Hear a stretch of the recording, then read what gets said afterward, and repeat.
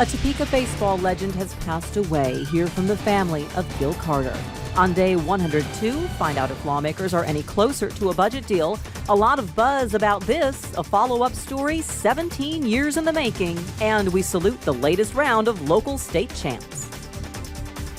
Good evening, I'm Melissa Bruner. And I'm Ralph Hipp. Weeks after listening to his name being announced as a new incoming member of the Shawnee County Baseball Hall of Fame, Gil Carter died on Sunday night. 13's Justin Surensey spoke with his family tonight, who say his legacy stretched far beyond the baseball diamond. Melissa, Gil Carter was signed to the Chicago Cubs organization in 1953. He never quite made it to Wrigley Field, but even now after his death, he will be remembered for his accomplishments both on and off the field. Gil Carter used his baseball talents to see the world. I seen how great my dad was. I mean, he was wonderful. I remember his confidence.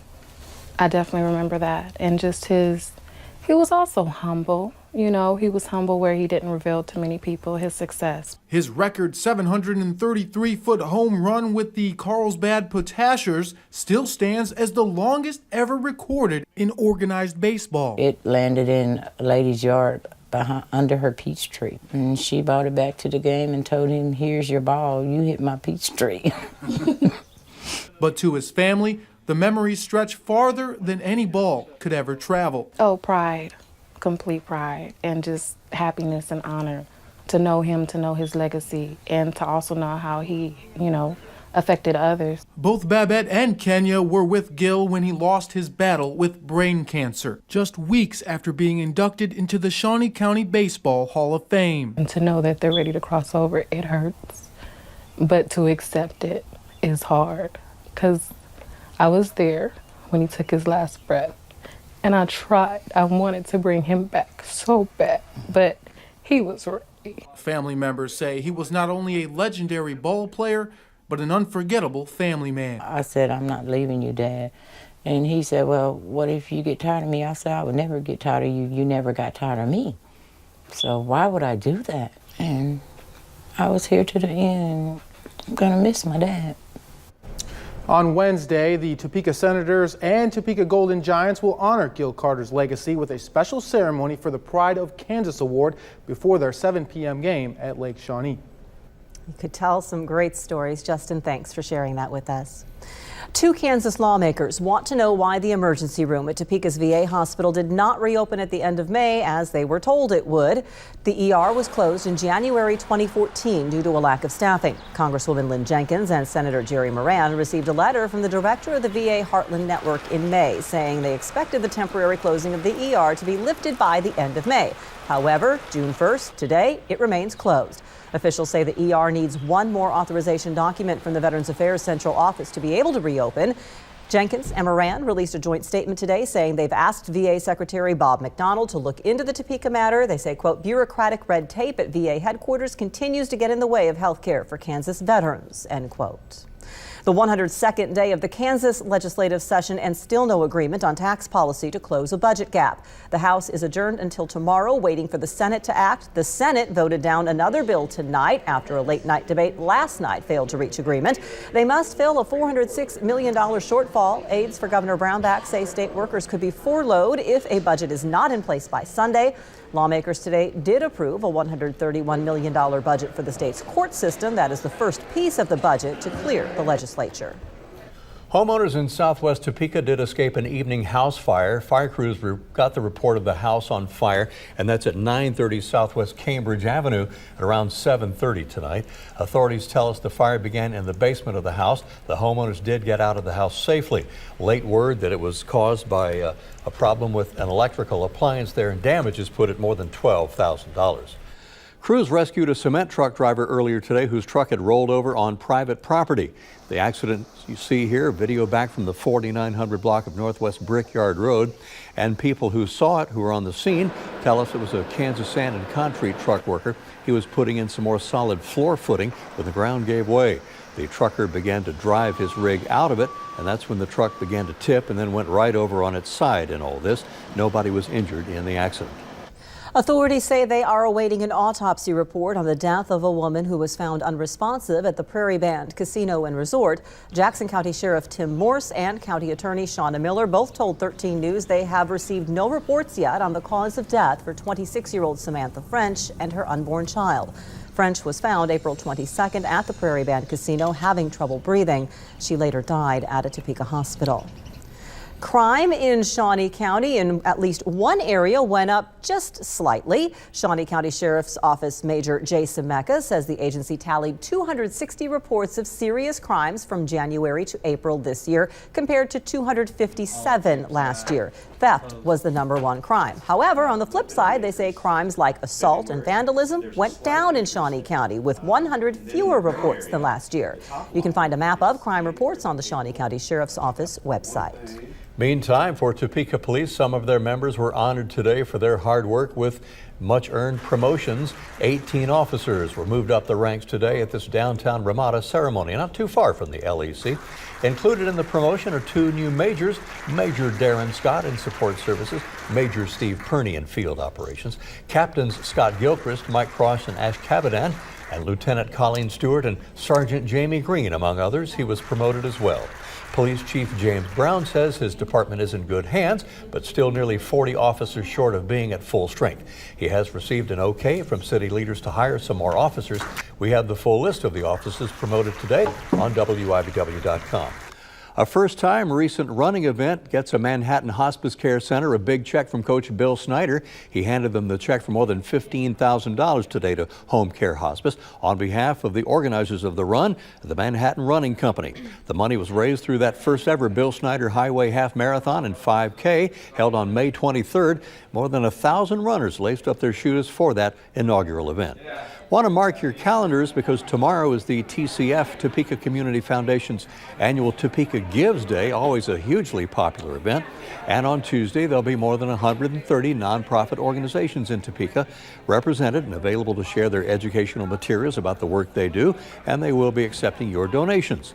The booths will be set up inside Fairlawn Plaza, first thing bright and early at 7 in the morning till 6 tomorrow night. All the donations go to the organizations you choose, and this year the Community Foundation will match your donations up to a total of $60,000 more. You can learn more of how the Gives Day works at WIBW.com. USD 501 serving up its first summer lunch and read program, this time at Lowman Hill Elementary for the starter. The program provides free lunches to kids who may not otherwise get a lunch at all and helps kids keep their reading skills up to par over the summertime. You can find the upcoming and nearby summer lunch and read program also at WIBW.com. The buzz is reaching fever pitch around the area, a buzz that comes once every 17 years. Our state's brood of periodic cicada are hatching, and we knew the perfect spot to look for them. There's no peace and quiet this week in the Ziegler's backyard just outside Topeka. They are everywhere. And they're just fine with that. We go out and see where they had hatched out before. Then we see the cocoon, you know, the shell, and then listen for the sound. The 17-year cicadas of what's known as Brood 4 have once again overtaken their yard. They really are everywhere. And we knew just where to follow the sound to find them. The sound is just eerie.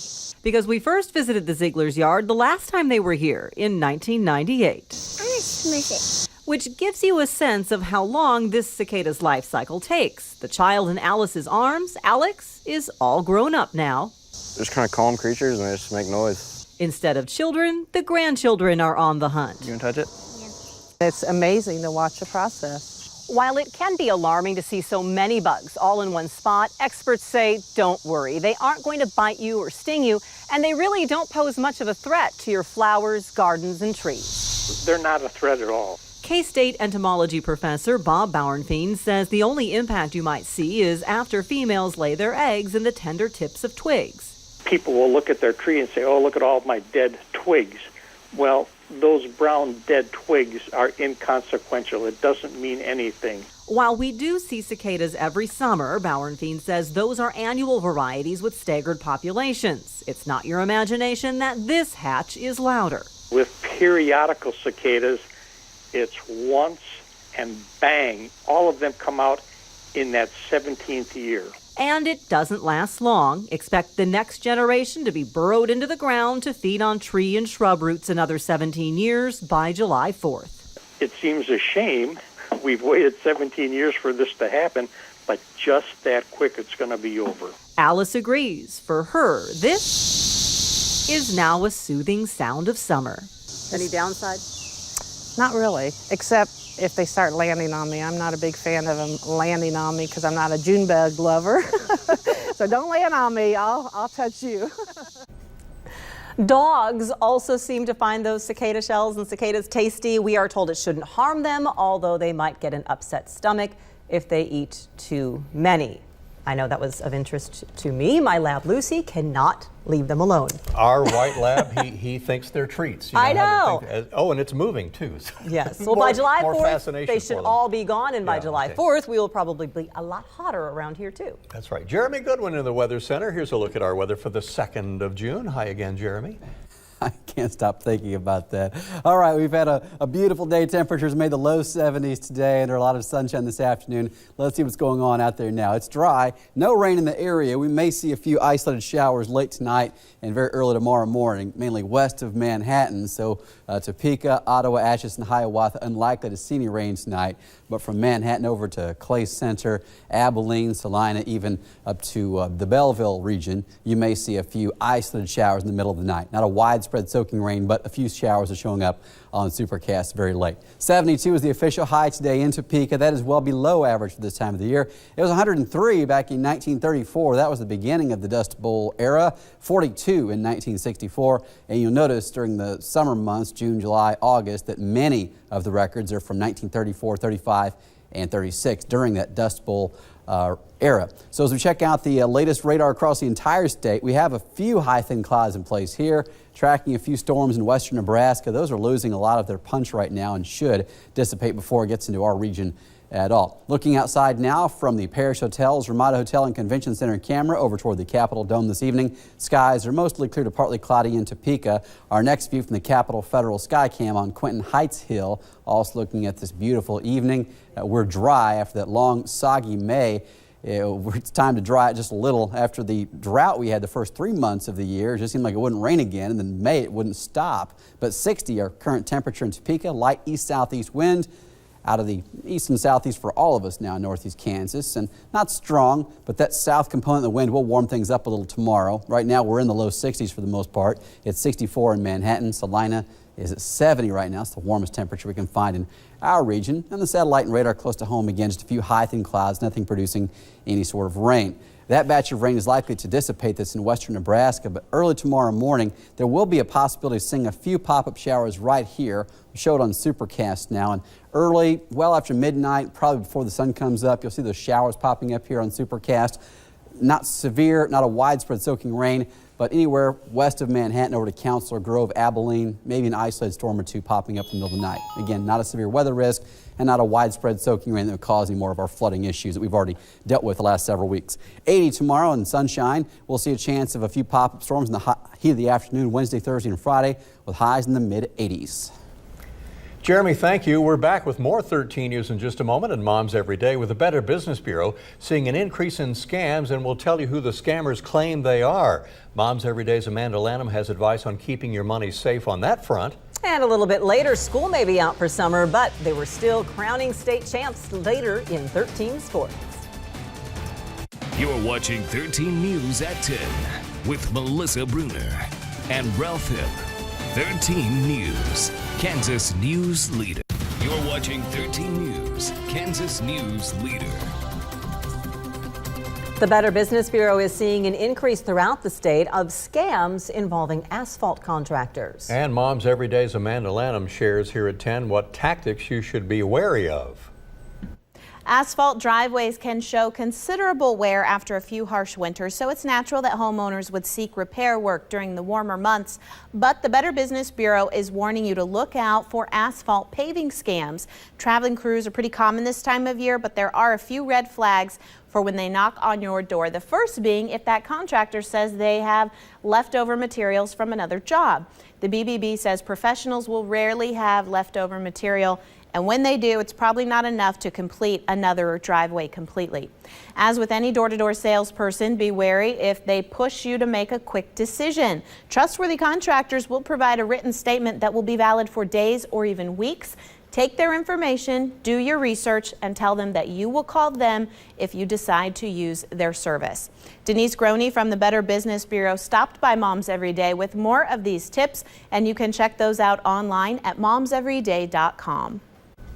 Denise is very knowledgeable on that, and also check out Moms Every Day to learn how to plan for college expenses. And is there any harm in drinking that milk? We always check those expiration dates. What about after? You can find those stories and more on momseveryday.com. At my house, we go, Ralph, drink this and tell me if it's all right. And you do the smell test. Jeremy and I were saying earlier, we sniff it Sniff just it to see. We do that too, yeah. Well, coming up, an area softball team had a first in its school history, and another team had a dominating performance for their final game. Plus, could another team win its first ever title, while another one of our area high schools looks to add to the trophy closet? A busy day on the Diamonds for a Monday, and we'll be back with sports after this.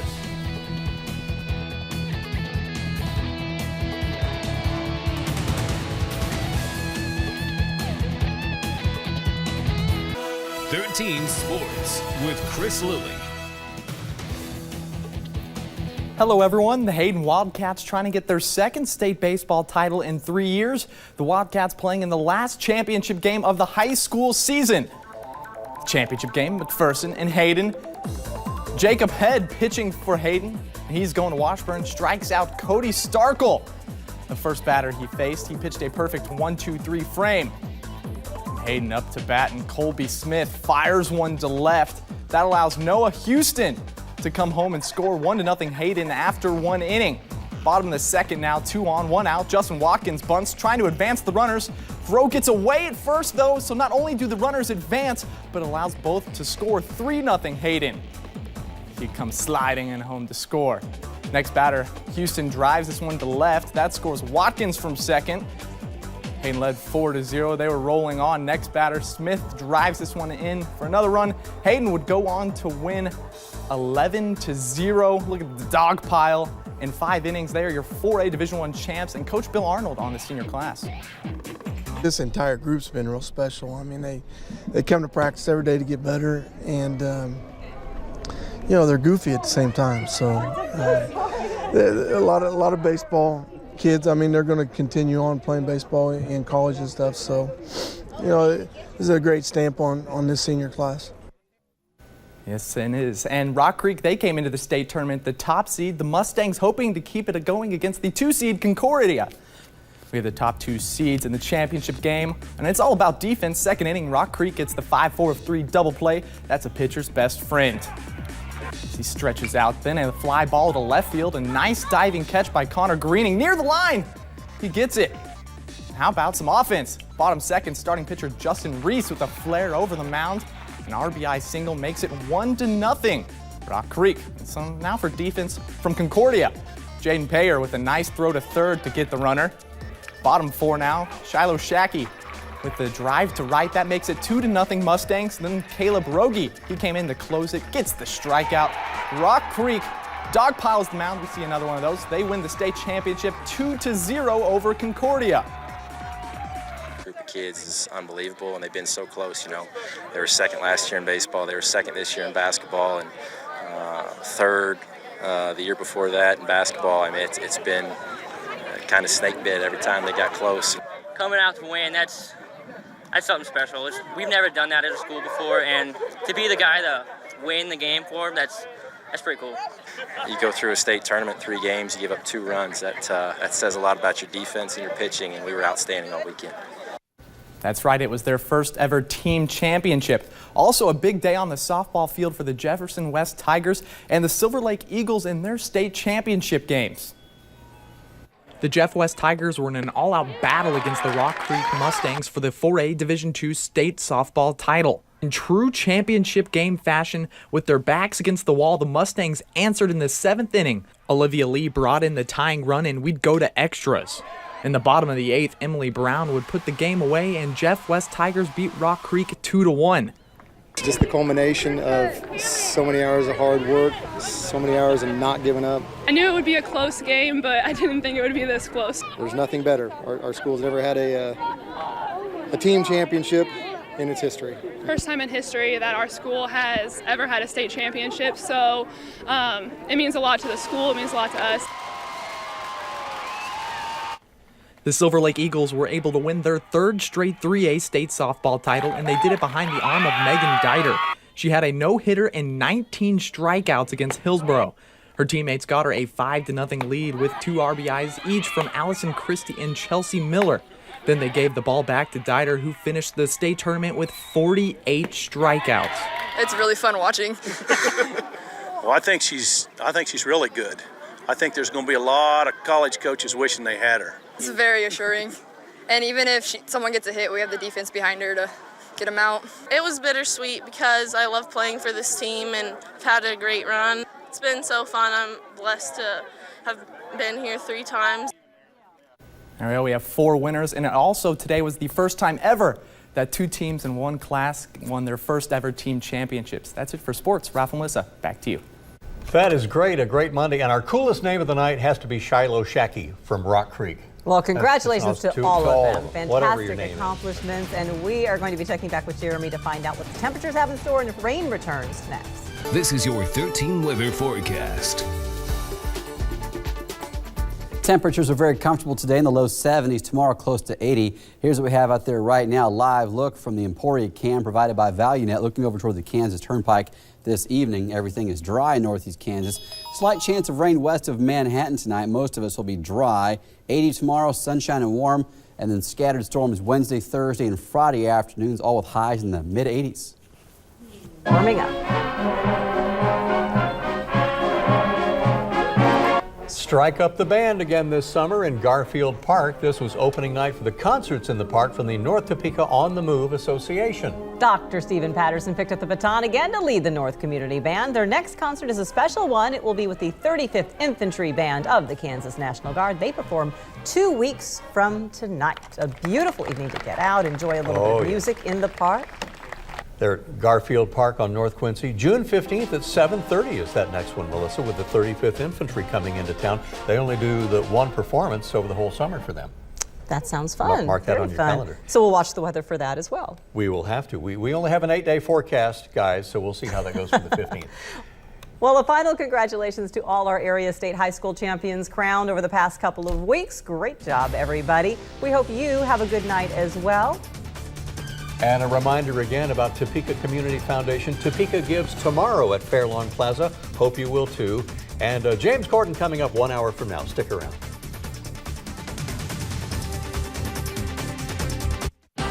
Get the latest news, weather, and sports on WIBW.com or follow WIBW on Twitter and Facebook. WIBW-TV, Heartland Regional Emmy Award for Evening Newscast.